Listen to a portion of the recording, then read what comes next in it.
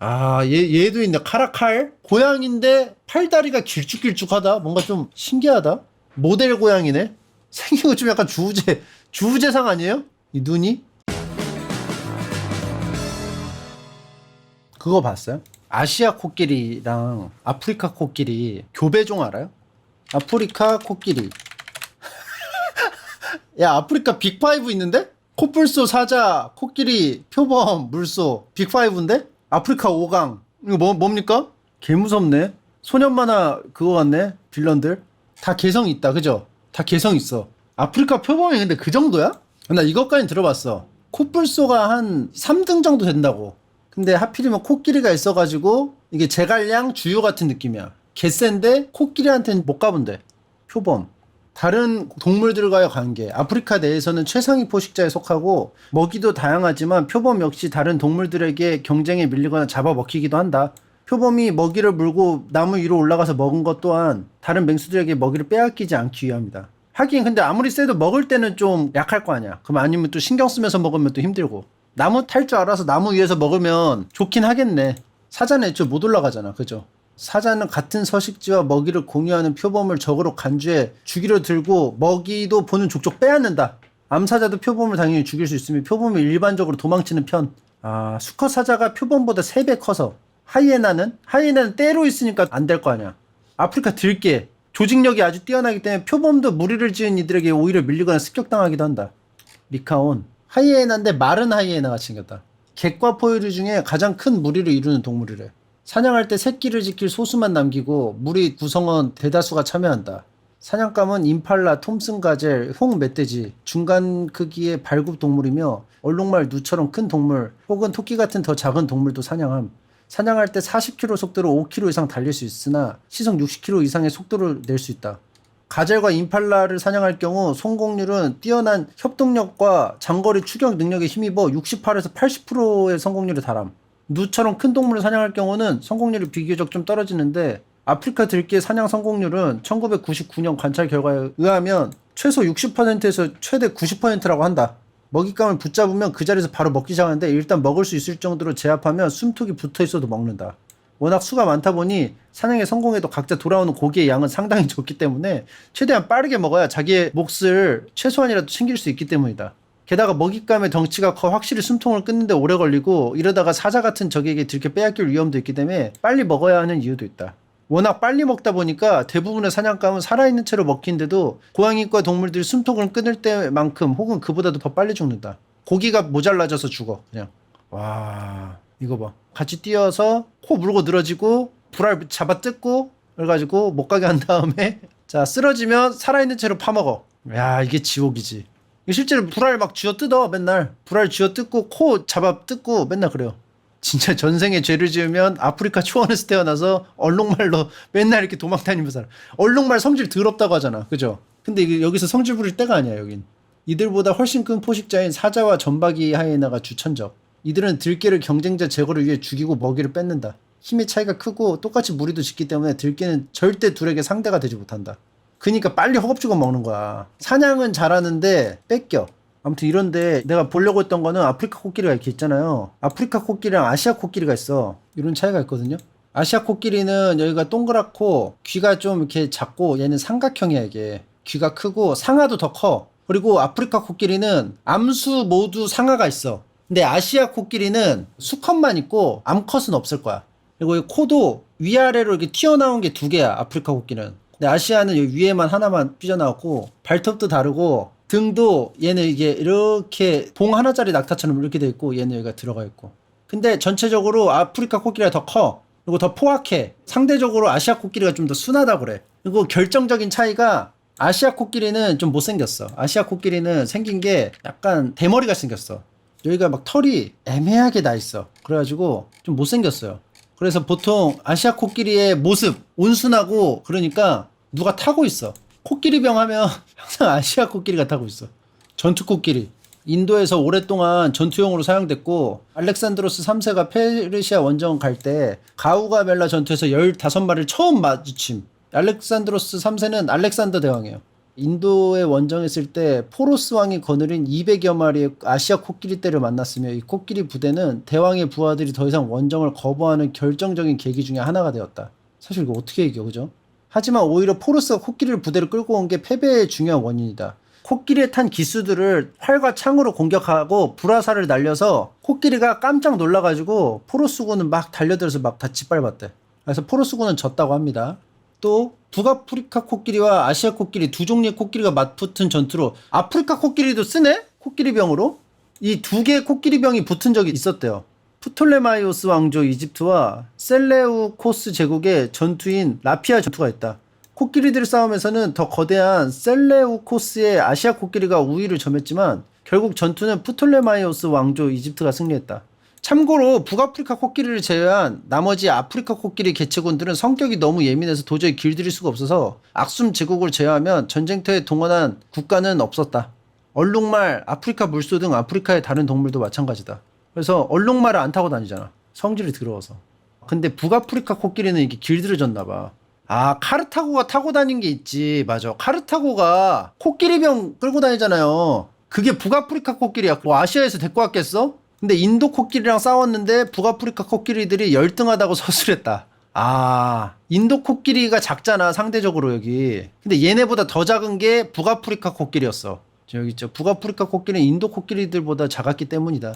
그리고 로마 제국이 검투사 경기에 사용한 코끼리들도 북아프리카 코끼리였는데 아우구스투스 제위 시절 검투사 경기에서 죽은 코끼리만 3,500마리에 달했다고 한다. 졸라 잔이네. 그리고 동남아시아에서는 중세시대에 전투 코끼리가 적극적으로 기용됨.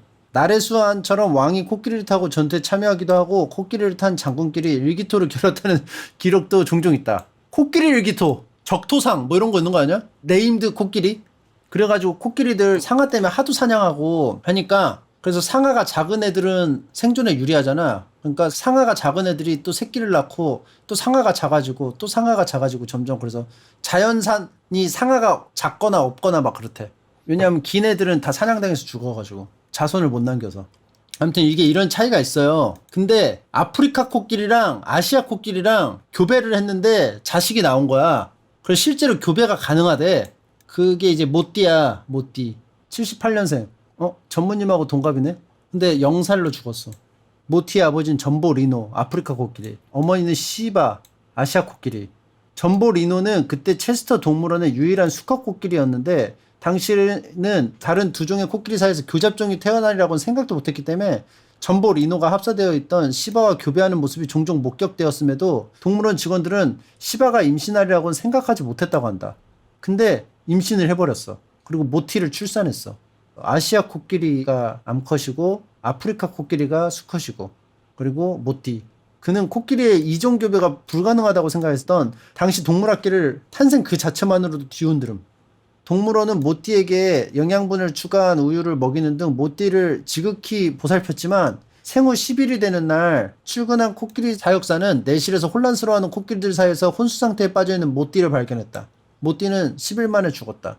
괴사성 장염과 대장균 폐혈증으로 밝혀졌는데 시바의 조산 그리고 다른 두 종류 코끼리 사이에서 태어났다는 점에서 면역체계의 문제 때문에 죽었다고 봄. 그리고 부계 유전에 문제가 있을 확률이 높은데 아빠가 18살밖에 못 살았대. 모띠가 죽고 1년 뒤에 1979년에 죽었고요. 반면 어머니 시바는 56세에 일기로 자연사함. 코끼리 막 오래 살면 80살까지 산대. 성체가 되었다면 이랬을 것이다. 대골박은 아시아 코끼리. 귀는 아프리카 코끼리의 것의 삼각귀의 느낌. 그리고 돌기는 여기 하나 두 개가 있어요. 아프리카인데 하나만 있으니까 아시아 코끼리. 그리고 여기는 아시아 코끼리의 발톱. 그리고 등은 여기가 아시아 코끼리처럼 튀어나온 것 같지만 아프리카 코끼리처럼 여기가 움푹 들어가는 것 같기도 하고 애매모. 근데 귀가 조금 작은 것 같기도 해요. 귀가 조금 더 커야 아프리카 코끼리인데 그죠? 요것도 있어요. 미국 샌디에고 동물원의 아프리카 코끼리 밀라와 아시아 코끼리 메리. 확실히 다르죠. 아프리카 코끼리 요게 웅장해 뭔가. 아시아가 좀 더 약간 할배가 생겼어. 할배. 일본 할배의 느낌이야. 아프리카 코끼리가 조금 몬스터, 크리처의 느낌이 나고. 둘 다 모두 암컷입니다. 근데 밀라는 뉴질랜드 프랭클린 동물원에서 혼자 생활하다 사육사 겸 동물원 운영자를 숨지게 하는 사고를 일으켰으나 산디에고 동물원이 밀라를 받아들여서 밀라는 37년 만에 다른 코끼리와 교감하게 되었다. 이거는 암컷인데 그래도 교감을 하게 되었다. 교감 정도는 할 수 있죠. 자, 이렇게 있는데 내가 이거 보다가 말로 넘어갔지. 교잡종 넘어가면서 노새. 말과 당나귀의 교잡종이 노새거든요. 뮬. 봐봐. 수당나귀와 암말이 교배돼. 수말과 암 당나귀. 이거는 몰라. 이것도 명칭이 있어요. 그리고 암말과 수 당나귀. 이게 노새야. 노새는 자식을 못 낳아요. 얘가 태어나면 그냥 살긴 사는데 자식을 못 낳고, 노새는 왜 익숙하고 여기는 잘 모르냐면, 노새는 전략적으로 인간이 만들었어. 왜냐하면 장점이 있었거든. 당나귀의 그 지구력과 말의 힘, 뭐 아무튼 그게 합쳐져가지고 이 노새는 두 개의 장점을 가져온 굉장히 괜찮은 녀석이었대. 근데 수 말과 암 당나귀는 별로였대. 여기 있네. 아, 버새네. 버새. 이건 버새야. 들어본 적 있어요? 버새? 버새권 말고는 들어본 적이 없죠. 그러니까 노새는 확실히 많이 있으니까 들어봤고, 버새는 못 들어봤고. 노새는 당나귀와 말의 중간 크기 수준인데 반해 버새는 거의 새끼 당나귀 수준으로 작음. 노동력도 노새보다 떨어져서 사람들이 잘 찾지 않음. 아, 2대가 가능할 수 있다고 하네요. 자, 노새도 2대가 가능한데 노새끼리가 2대가 안 된대. 그러니까 노새라는 종이 나올 수가 없어, 따로. 노새와 다른 뭐 말이나 뭐 당나귀로 할 수 있겠죠. 수 노새가 생식 능력이 없기 때문이야. 암 노새는 출산할 수 있는 능력이 있는데, 아무튼 뭐 잘 모르겠는데 염색체 뭐 수가 안 맞아가지고 감수 분열을 일으키지 못해서 안 된대요. 그래서 생물학적 종이 아님. 특징, 자기 체중의 30%까지 실어 나르는 말과 달리 노새는 20%가 표준이다. 게다가 체격이 말보다 작으므로 그렇게 우월하지 않다. 하지만 끈기 면에서 굉장하. 그러니까 용적이 말에 준하면서 지구력이 좋기 때문에 용도가 있었다는 거죠. 말은 힘이 좋고 당나귀는 지구력이 좋고, 근데 그거를 양쪽에 적당한 장점을 갖고 와가지고 굉장히 효율적인 운송수단을 쓸 수 있었다. 과거 군용으로 쓰던 노새는 72kg를 싣고 26kg를 휴식 없이 걸을 수 있다고 했다. 품종 개량한 현대의 노새들은 대략 90kg를 최대치로 잡는다. 체구가 같은 말과 비교하면 운송력은 큰 차이가 안 나는데 끈기 면에는 말보다 노새가 압승함. 말이 할 수 있는 것은 대부분 노새도 할 수 있다. 그래서 미국에는 노새 경마나 장애물 승마 경기도 있고, 쟁기를 끌 때도 말보다 낫다고 하는 농부가 있다. 말보다도 오래 살고 말보다 식성이 까다롭지 않고 가죽이 말보다 질겨서 말보다 덜 민감하고 강한 햇볕과 비에도 잘 견디고 발굽도 말보다 더 튼튼하고 질병과 해충에 버티는 힘도 강하다. 지구력 강하고 험악한 산지에서도 잘 다니고 힘세고 일도 잘하고 지능도 당나귀 다음으로 높다. 요게 이제 그 노새예요.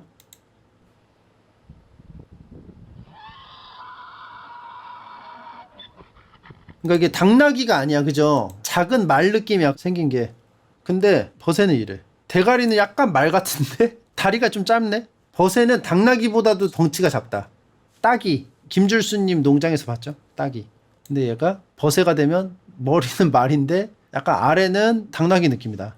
그리고 버새는 잘해야 당나귀만 하고 장점은커녕 말과 당나귀의 나쁜 점만 닮은지라 일부러 만들어진 경우는 애완용이 아니라면 거의 없고 암컷만이 이새를 만들 수 있다. 노새는 놀고 싶어서 노새고 버새는 벌고 싶어서 버새인가요? 네, 그렇다고 볼 수 있죠. 그리고 또 유명한 거 그거 있죠. 호랭이, 라이거. 라이거도 이거 있어. 이름이 다 달라. 이게 호랑이랑 사자 합친 건데 라이거가 있고 타이온이 있어. 타이곤인가? 근데 이게 라이거랑 라이온이 또 교배하면 라이라이거가 되고, 그리고 라이거가 호랑이랑 하면 타일라이거가 됩니다. 그래서 이것도 수컷은 생식 능력이 없고 암컷은 생식 능력이 있나 봐요.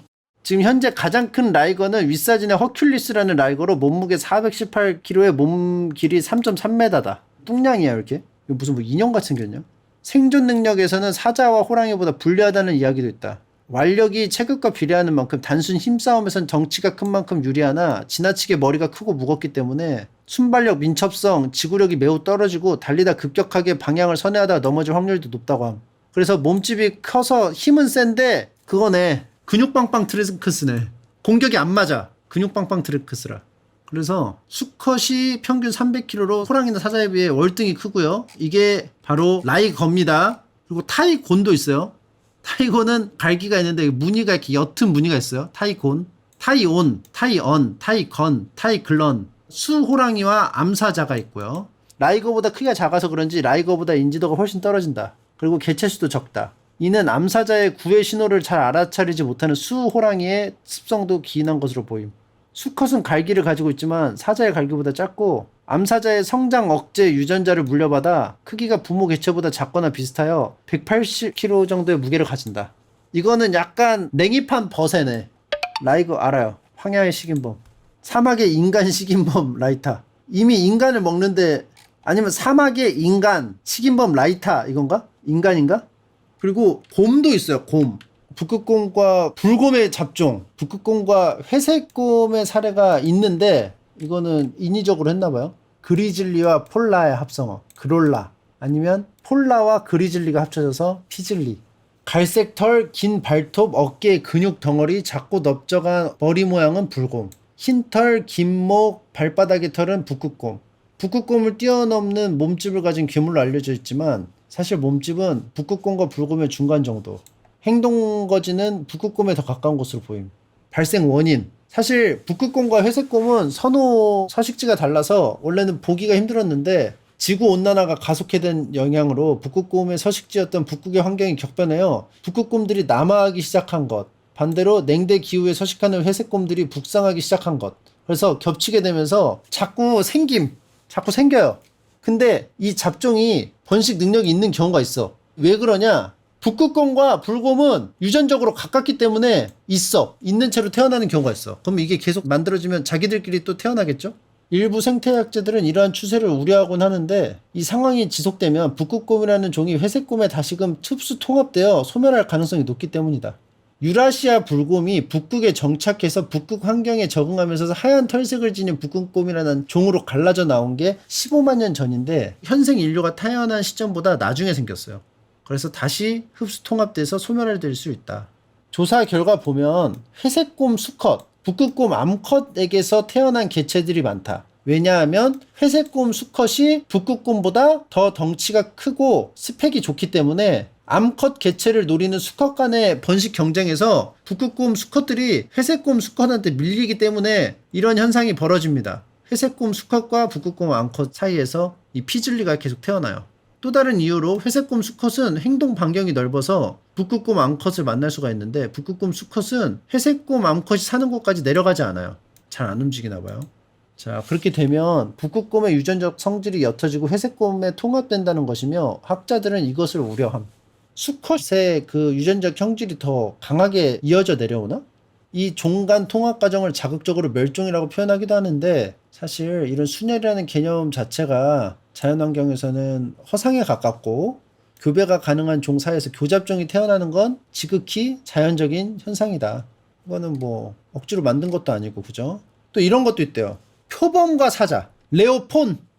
야, 이거 대가리가 표범이었다가 사자가 됐다가 다시 표범이 되는 레오폰. 특이한데? 정확하게 말하면 수표범과 암사자 사이에서 태어나면 레오폰, 아니면 수사자와 암표범 사이에서 태어나면은 나이파드. 근데 그냥 레오폰이라고 부르는 경우 있고요. 수표범, 카네오, 암사자, 소노코 이 둘 사이에서 태어났어요. 암수 한 쌍을 출산해. 레오폰이니까 레오키치, 폰코 이렇게 됐네. 그리고 또 두 번째 레오폰들이 태어났는데 수컷 한 마리, 암컷 두 마리. 조니, 데이지, 체리. 처음에 이렇게 두 마리 나왔고 또 세 마리 나왔어요. 후손 없이 하나하나 숨을 거두었음. 레오폰 탄생은 더 이상 없었다. 일본에만 있었던 거야? 왜 다른 데는 없지? 근데 레오폰이 태어났잖아. 레오폰과 호랑이를 교잡시켜서 타이폰을 또 만들려고 했어. 사자, 표범, 호랑이를 모두 섞은 잡종 맹수 프로젝트. 그래서 벤이라는 수컷 벵골 호랑이를 들여왔지만 사산하면서 타이폰의 탄생은 실패로 끝났습니다. 이렇게 그냥 자연스럽게 자기들끼리 눈 맞는 것까진 괜찮은데 막 억지로 부추겨서 하는 거는 좀 그렇죠. 지브로이드, 얼룩말과 말. 대가리가 좀 말이네. 말대가리네. 원래 얼룩말이 종류가 엄청 많아요. 이거 무늬가 이렇게 생긴 무늬가 있고 이게 좀 다르죠. 지금 봐봐. 그죠? 얘는 좀 대가리가 크죠. 그래비 얼룩말은. 얘는 대가리가 좀 작고 무늬도 흰 배경에 검은색 줄 같고 얘는 검은 배경에 흰색 줄 같고. 근데 그냥 검은색이 더 진할 뿐이야. 그래서 느낌이 다른 거야. 묘하게 포스 있죠. 얘는 대가리가 여기 약간 뭉툭해. 그죠? 그리고 다리가 좀 길어. 다리가 좀 긴 것 같아. 롱다리야. 산 얼룩말. 그래서 뒤에가 높나 보다. 산 올라가려고 여기 뒤에가 높은 거 아니야? 뒷다리가? 그런 느낌이에요. 뭔가. 그래서 대가리들이 이런데 말 같지 좀. 비율이 좀 말 같아. 지브로이드. 말 느낌이 나잖아. 색깔도 미묘하게 다 지금 오래된 바닥에 있는 하도 밟아가지고 이렇게 만들어진 발 받침대가 생겼어요. 뭐야 이거? 대부분 외소증을 보여. 얼룩말보다 크기가 작고 외모는 부모의 종류에 따라 조금씩 다르나 몸의 줄무늬는 얼룩말보다 가늘고 양이 적다. 기본적으로 양이 적어요. 근데 에클리제라는 이름의 지브로이드는 몸이 극단적으로 이렇게 다르게 나타나기도 함. 이쪽은 아예 없네. 이쪽은 좀 있고 여기가 이쪽 면에만 있네. 문신을 덜 지웠네. 성격은 사납고 예민한 얼룩말의 성격처럼 사납긴 하나 가축용 말의 혈통이 섞였기 때문에 길들이기는 쉽다고 한다. 졸스 클럽. 얼룩말과 말의 교잡종. 얼룩말과 조랑말의 교잡종. 쪼니. 존키. 이거는 얼룩말 당나귀, 얼룩말 조랑말, 얼룩말 말. 조니는 약간 강아지 같기도 하고. 조랑말 궁금한데? 조랑말. 진짜 작다. 한열마보다 체격이 작지만 끈기 면에선 굉장하다. 체구가 작아서 한열마랑 비교하면 운송력은 큰 차이가 안 나지만 끈기 면에서 한열마보다 조랑말이 우수하다. 심지어 쟁기를 끌 때도 한열마보다 낫다.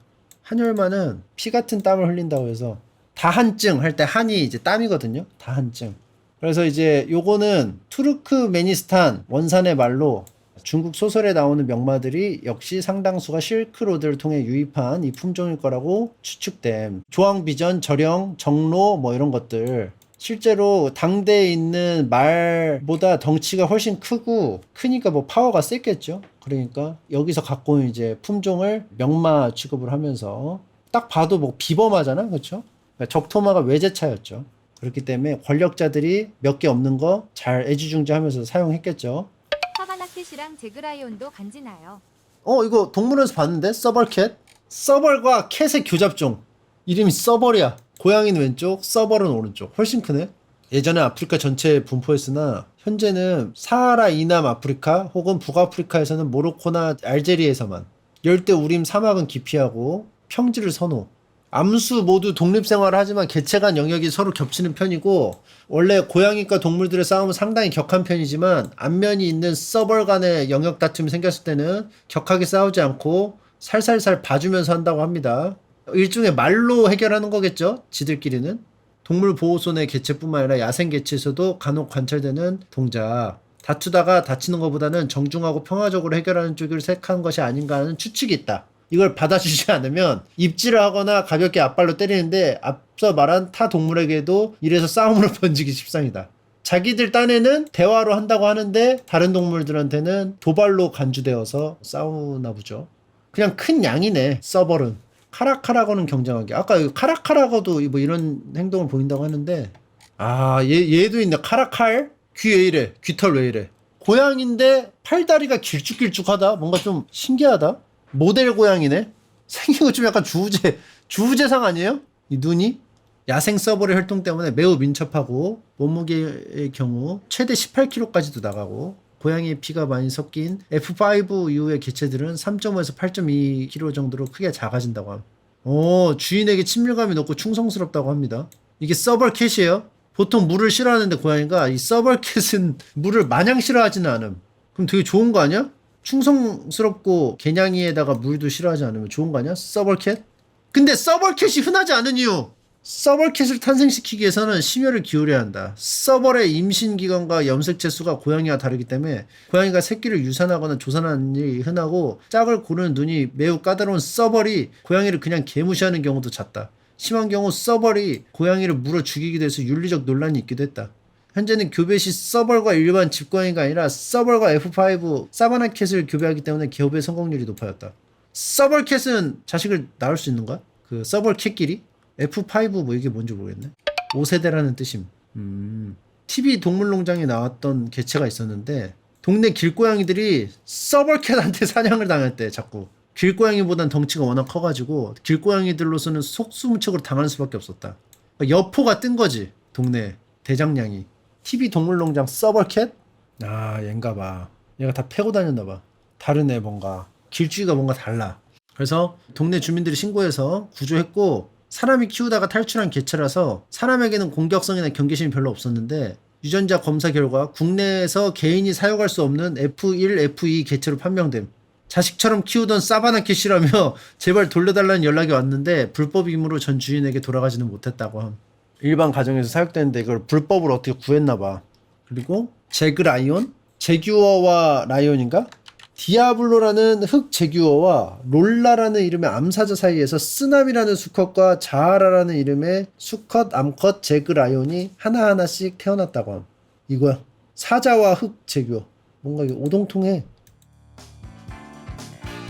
자, 이렇게 알아봤습니다. 오동통에도 행동거지가 막 느리거나 이러진 않을 것 같고 프로토스와 저그의 교잡종 알아보기. 그거 혼종 아니에요?